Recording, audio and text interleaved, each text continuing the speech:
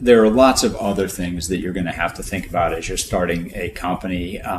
Many pieces to keep track of. Among them include insurance, which you're going to need to get early on, including potentially directors and officers insurance if you're bringing in outside board members.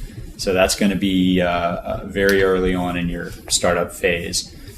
Business licenses and permits we've talked about a little bit, but just making sure you have all the rights that you need to sell the products that you're intending to sell. And then there's simple things like bank accounts that have frankly become less simple in the current day, because if you have investors, the bank may not only need to see your own charter and bylaws and your tax ID number for your corporation, but if you have significant investors, they may require information about those investors. So and we do some offshore entities for our clients, and the offshore, it's KYC, know your customer.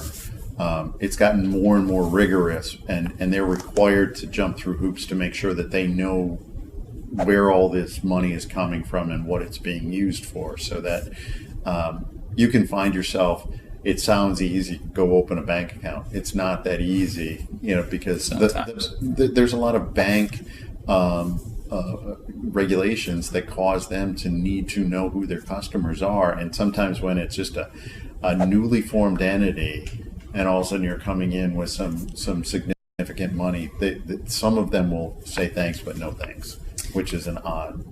Yeah. And speaking of offshore entities, sometimes if you're starting operations in another country you formed in the US, say, you may set up a subsidiary in that country. And you may find that it's a bit of a process to do that. And then once you've done it, you may actually need agreements between your US company and your foreign subsidiary. So sometimes you will actually have agreements, contracts that you need in place for various reasons. Tax is often one of those. Among the companies that you own, which seems a little bit surprising maybe, but those do come into play as well. And the intercompany agreements will be, the accountants will want to see them. Oftentimes there's some hoops to jump through, like transfer pricing rules or fair value.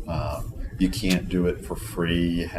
There has to be some type of a service charge. So it's one of those things where, it makes sense in the long run, but it's going to be something you need to do in the short run. Yeah. So that's really concludes our presentation. We hope it's helpful.